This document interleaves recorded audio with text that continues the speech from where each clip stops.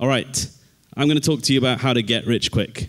I know I've got a slightly dodgy appearance, so you're probably expecting something like this, but I'm going to try and make it a bit more spiritual. And the reason I thought about this was about 2 years ago. I had a very serious injury and spent some time in hospital, and I did quite a lot of thinking about what's the meaning of life, and kind of a Richard Gere type moment. But it all goes back to, what do you want out of life? And if any of you are the children of immigrants, you're kind of sold on the one suitcase story from your parents and grandparents about how they went to a foreign land and tried something new and, took some risks. And that kind of hinges with guilt in you because you're like, oh, shit, a lot of people took a lot of sacrifices to enable me to do everyday things. And so many people, what that does is it breeds a desire to be rich. And then often, if you don't think that through too much, that desire to be rich might be just financial, or it might be trying to go to a university or trying to get housing. It's generally around material wealth and being able to have the economic power to do things. But while I was in hospital thinking about it, I started to think, what does rich really mean? Is it really about financial wealth? Or what are the other types of wealth that you could preoccupy yourself with to have a more fulfilling life?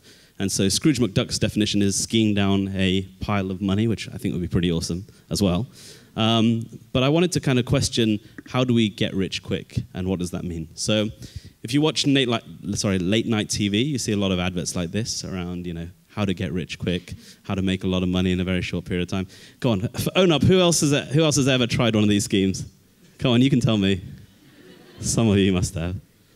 Well, rich could be financial wealth. So this young man, the young prodigy in the photo, seems to be making some significant wealth, despite being at a very early stage in his life. And that could be one measure. Rich for you could be being rich, and in the traditional context of the terms, and having a lot of money. And if you want to be rich financially, it's not too difficult, right? You just basically save more than you spend. You get money, you lock it away, you let it grow for 4% a year, and you let the compounding do the rest. And you just don't spend very much money.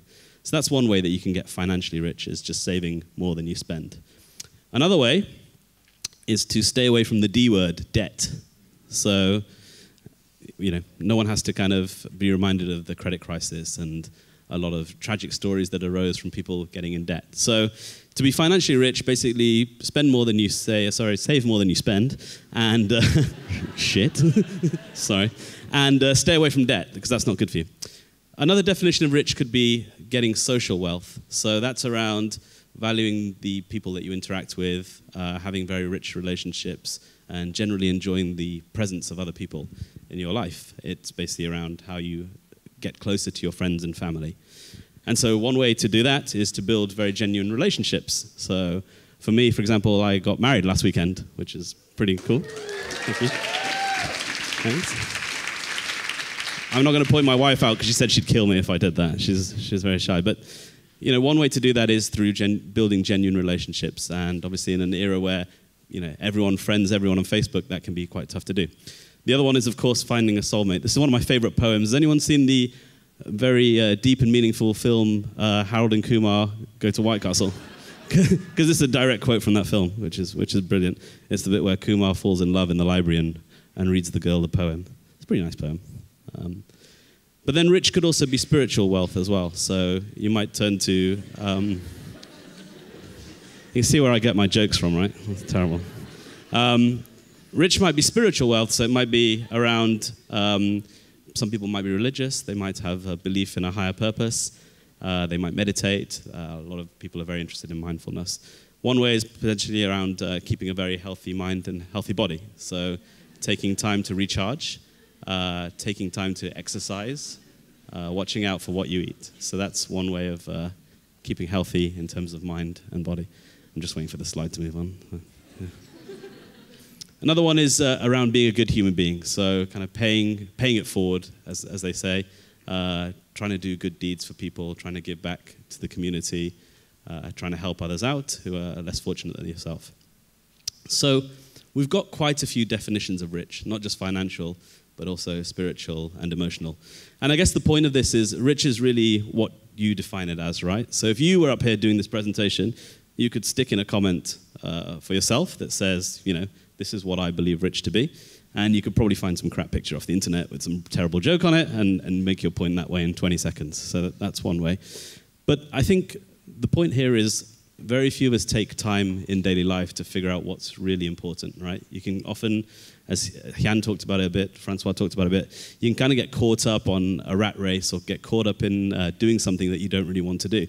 And especially for many of you, ex-INSEAD students and current INSEAD students, that's something you can do. You can tend to follow the crowd. Your FOMO can get the better of you, and you could suddenly find yourself doing something that you don't really want to do. So one thing I'd ask you to do today as you leave is just spend a bit of time thinking what's important to you, who are the important people to you, and really just taking a bit of time to evaluate and figure out if you are doing things the way you want. Now, in terms of richness, people have defined it in very different ways. So the great thinker Marcus Aurelius talked about living a good life. If they are gods, then they are just, and they will not care about how devout you've been, etc., etc. You can all read. So that's one view of being rich. He had a view that the spirituality side of things is very important.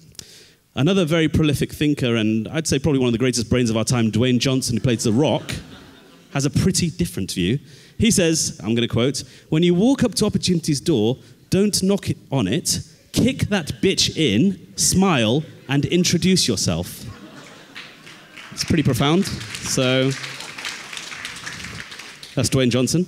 But anyway, my final message is, I hope you become rich. I hope that you realize what's important to you, and like the dog in this picture, you can achieve that goal. Thank you.